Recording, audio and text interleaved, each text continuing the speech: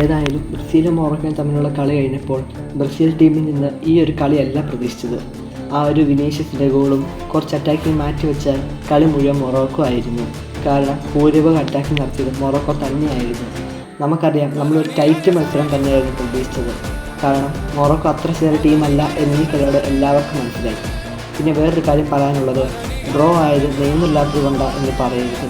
കാരണം വേൾഡ് കപ്പിൽ ഏറ്റവും പ്രധാനപ്പെട്ട ഒരു കാര്യമാണ് ടീം ഗെയിം, ടീം വർക്ക് എന്ന ഒരു കാര്യം.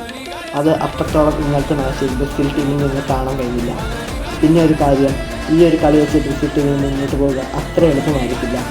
ഈ ഒരു ഗ്രൂപ്പ് സ്റ്റേജിൽ ബ്രസീലിന് 2 മത്സരം കൂടിയാണ് ബാക്കിയുള്ളത്. ബ്രസീലിൻ്റെ അടുത്ത മാച്ച് വരുന്നത് എ ടീമായിട്ടാണ്. അതെങ്ങനെയെങ്കിലും വിജയിക്കാൻ സാധിക്കും. എന്നാൽ അത് കഴിഞ്ഞുള്ള മാച്ച് സ്കോട്ട്ലാൻഡുമായിട്ടാണ്. സ്കോട്ട്ലാൻഡിനെ അത്ര വില കുറച്ച് കാണാൻ സാധിക്കില്ല. കാരണം കഴിഞ്ഞ ഒരു മാച്ചിൽ ഹെയ്ത്തിയെ 1 ഗോളിന് തോൽപ്പിച്ചുകൊണ്ടാണ് വരുന്നത്.